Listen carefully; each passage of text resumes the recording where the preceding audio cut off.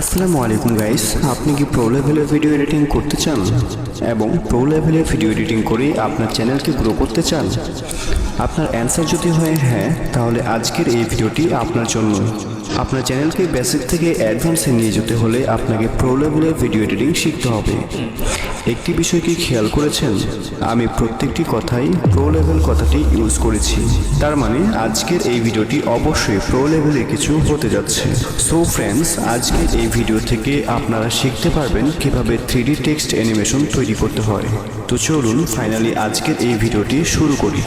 তো এখন আমরা সর্বপ্রথম প্লে স্টোরে গিয়ে আমাদের যে অ্যালাইট মোশন অ্যাপসটি রয়েছে আমরা এটিকে ইনস্টল করে নেব। তো এখানে সার্চ অপশনে গিয়ে সার্চ করব অ্যালাইট মোশন লিখে, ALIGHT অ্যালাইট মোশন লিখে সার্চ করব এবং এই অ্যাপসটি আমরা ইনস্টল করে নেব। ঠিক আছে, তো আমার যেহেতু ইনস্টল করা রয়েছে আমাকে আর ইনস্টল করতে হবে না। সো আমি জাস্ট অ্যালাইট মোশন অ্যাপসটি ওপেন করে নেব।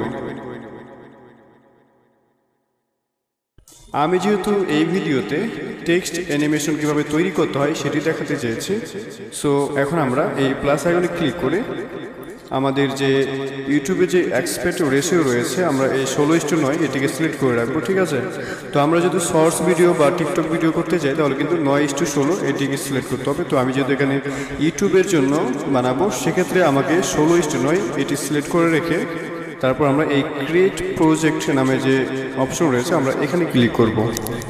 তো এরপর দেখতে পাচ্ছি আমাদের একটি প্রজেক্ট ওপেন হয়ে গিয়েছে। ঠিক আছে, দেন আমরা চলে যাব প্লাস আইকনে। প্লাস আইকনে গিয়ে আমরা একটি টেক্সটকে অ্যাড করে নেব। সো আমি যে টেক্সটটিকে অ্যানিমেট করতে চাই আমরা সেই টেক্সটটি এখানে লিখে নেব। সো আমি ভিডিও এডিটিং এই টেক্সটটি নিয়ে নেব, video editing.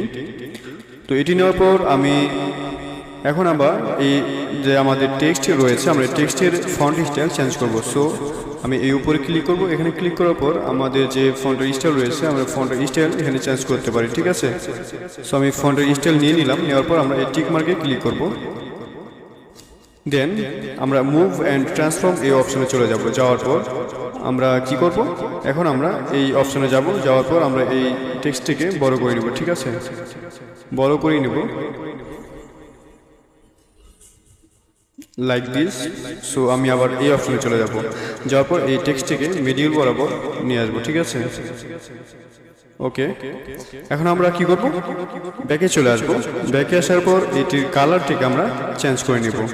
So colour and feel অপশনে আমরা চলে যাব। যাওয়ার পর এটিকে হোয়াইট কালার নিয়ে নিব। এখন আমরা আবার ব্যাকে চলে আসব।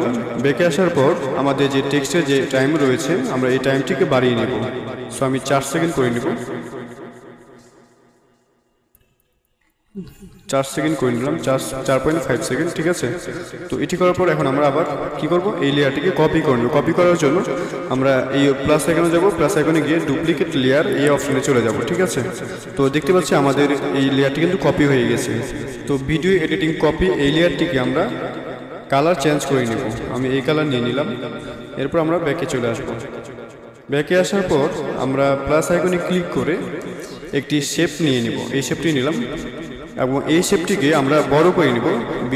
ভিডিও এডিটিং এই টেক্সটের যে সাইজ রয়েছে তার থেকে আমরা কিন্তু এটিকে বড় সাইজ করে নিতে হবে। ঠিক আছে, তো বড় সাইজ করে নিলাম এবং মুভ অ্যান্ড ট্রান্সফর্ম অপশনে গিয়ে আমরা এটিকে নিচে নামিয়ে নিব, টেক্সটের নিচে নামাবো দিস। ওকে, তো আমরা আবার ব্যাকে চলে আসবো। ব্যাকে আসার পর কালার অ্যান্ড ফিল অপশনে যাব। এখানে গিয়ে আমরা এই কালারটিকে টেক্সটের যে কালার নিয়েছিলাম আমরা এই কালারটি নিয়ে নিব। ঠিক আছে, তো আমি আবার ব্যাকে চলে আসবো। ব্যাকে আসার পর এই লেয়ারটির টাইম আমি একটু বাড়িয়ে নেব। ঠিক আছে, তো আমি 4 সেকেন্ড নিয়েছিলাম, সো আমি সেই 4.5 সেকেন্ড নেব।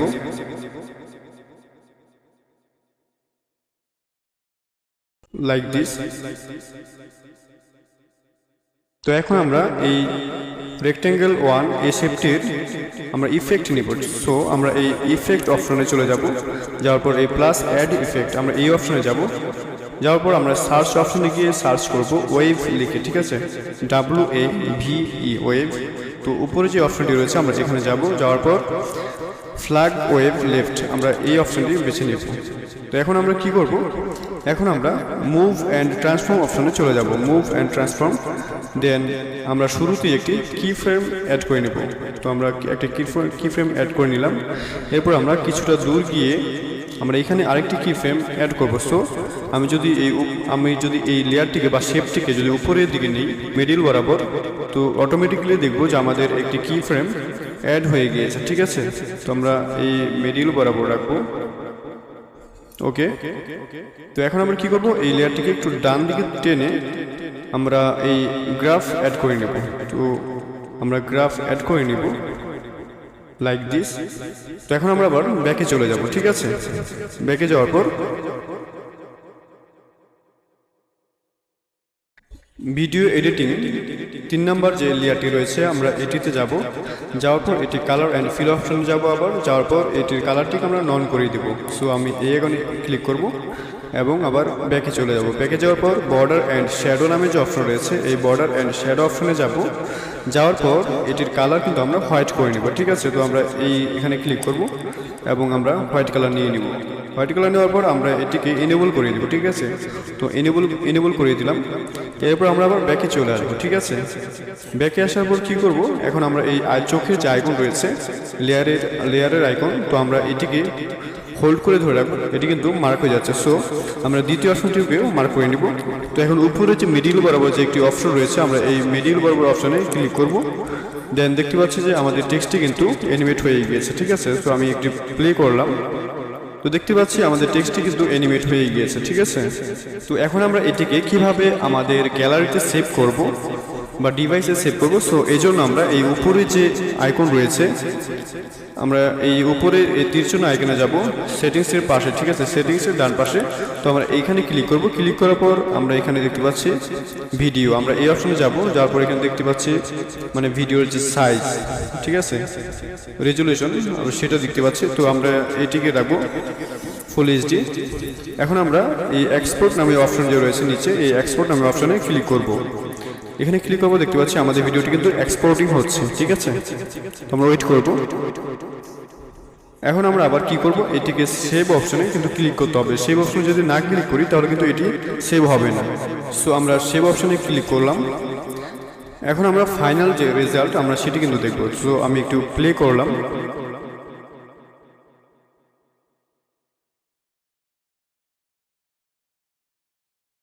তো ফ্রেন্ডস, আজকের এই ভিডিওটি এই পর্যন্তই। আপনারা যদি আরও ভিডিও এডিটিং শিখতে চান তাহলে অবশ্যই কমেন্টস করে জানাবেন।